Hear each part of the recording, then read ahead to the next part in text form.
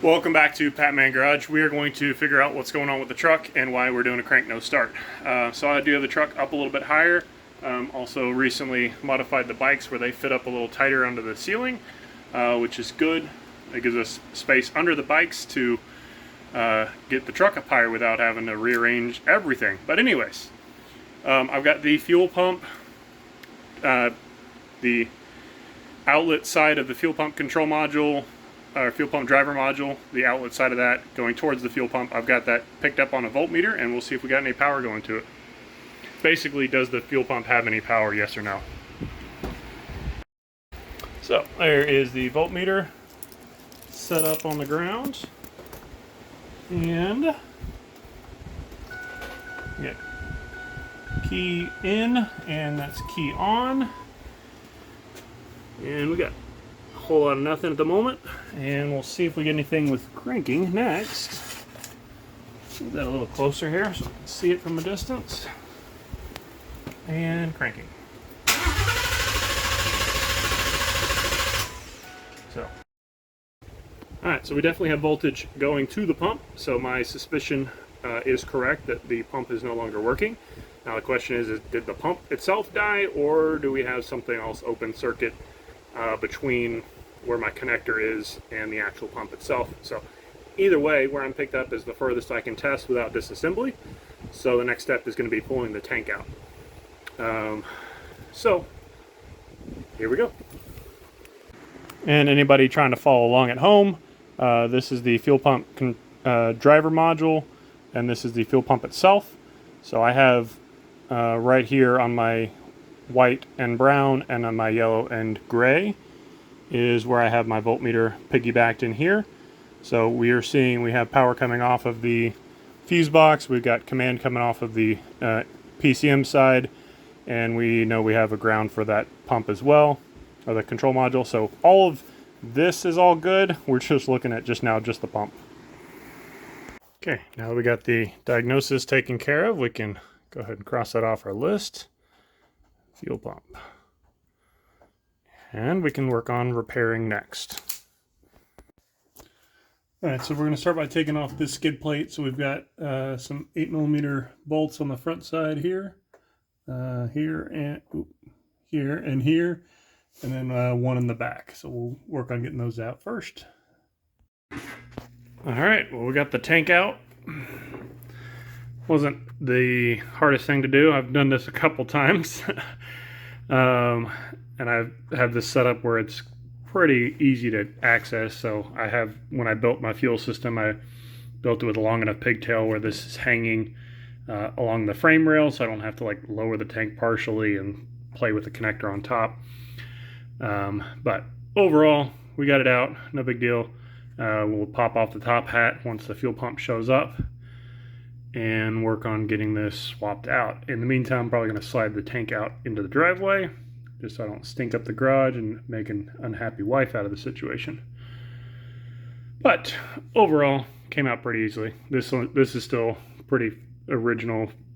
Well, this one actually is original. This one I replaced whenever I rerouted my lines a little bit, but and then we have the venting system through the Volvo filter that just acts as my evap system that I should have on here but don't. But that at least allows me to vent the tank without overpressurizing it or underpressurizing the tank.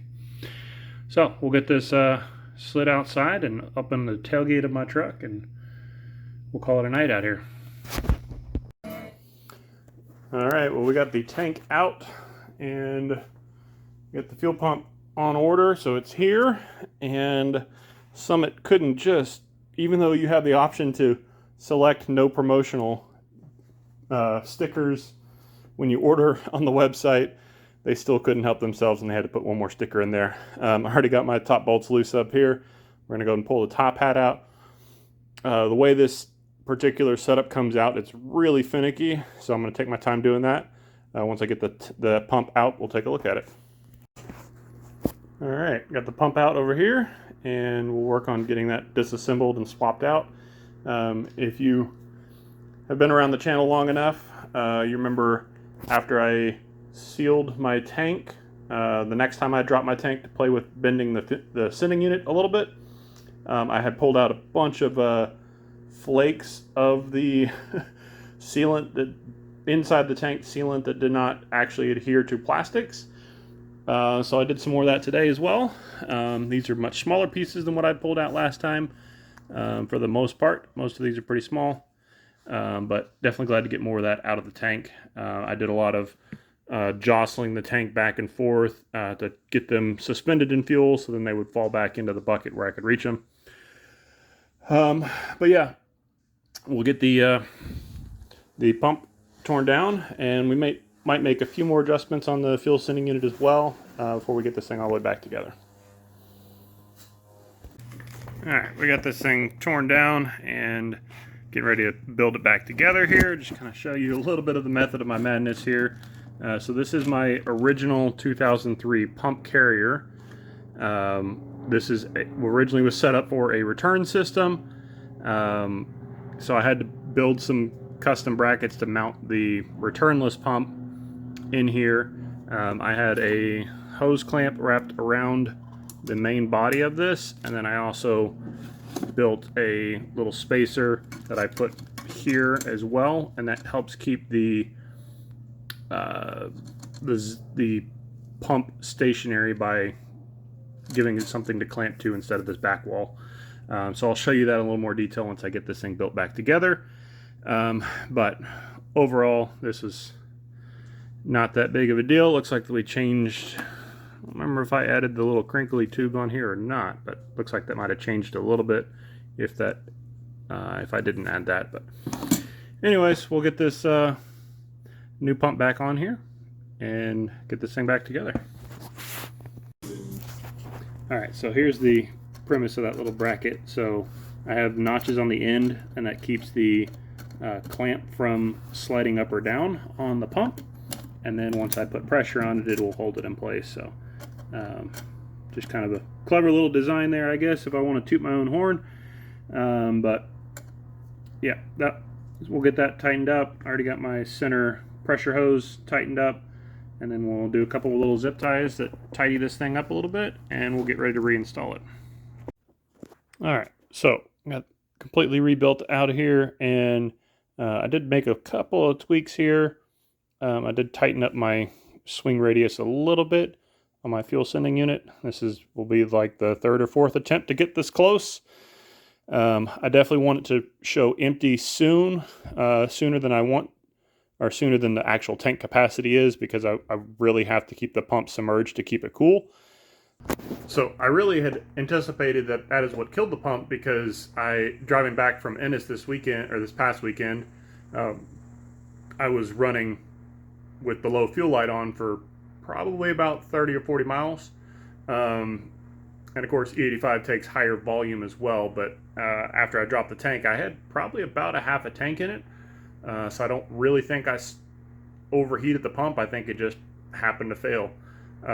So we'll get this thing back together here, but just kind of want to show you the method of my design on my fuel sending unit and adjustments of that.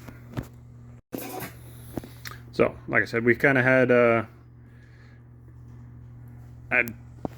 on the original, this is the 2015 sending unit that matches my cluster, and I had to modify it to fit in here.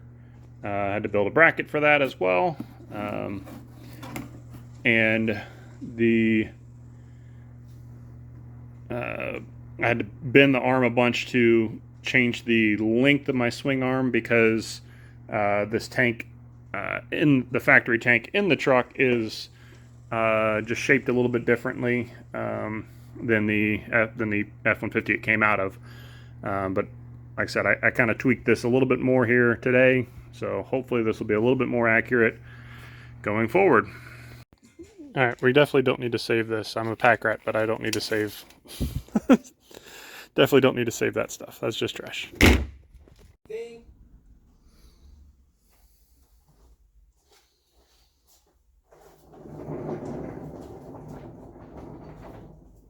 Alright, we're going to slide the tank under the truck and Just using my old creeper that's seen better days.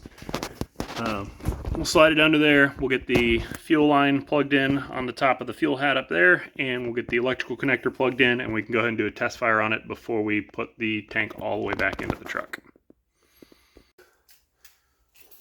So I got the tank connected and fuel line done, and we'll see if we can get this thing fired off.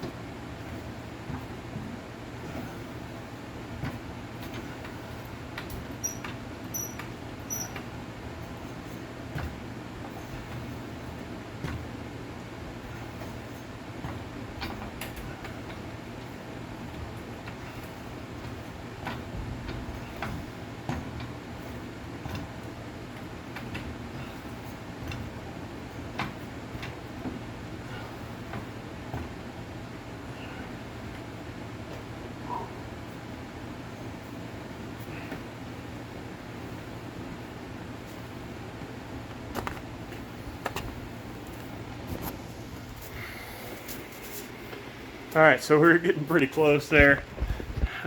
We are nearly all the way up with it.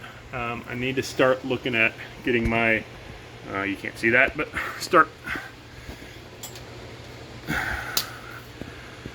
need to start looking at getting my filler neck lined up there as I come up a little bit more. Make sure I'm on the correct side of the top side of the frame rail. As I come up, that'll be my next trouble spot there. But we're making good progress here. So we got the repair done. So on to the next thing on our list, which is the carrier bearing. So for that, we're going to jump into another video. So now that video is running again, we're going to wrap this one up, and I will catch you in the next one.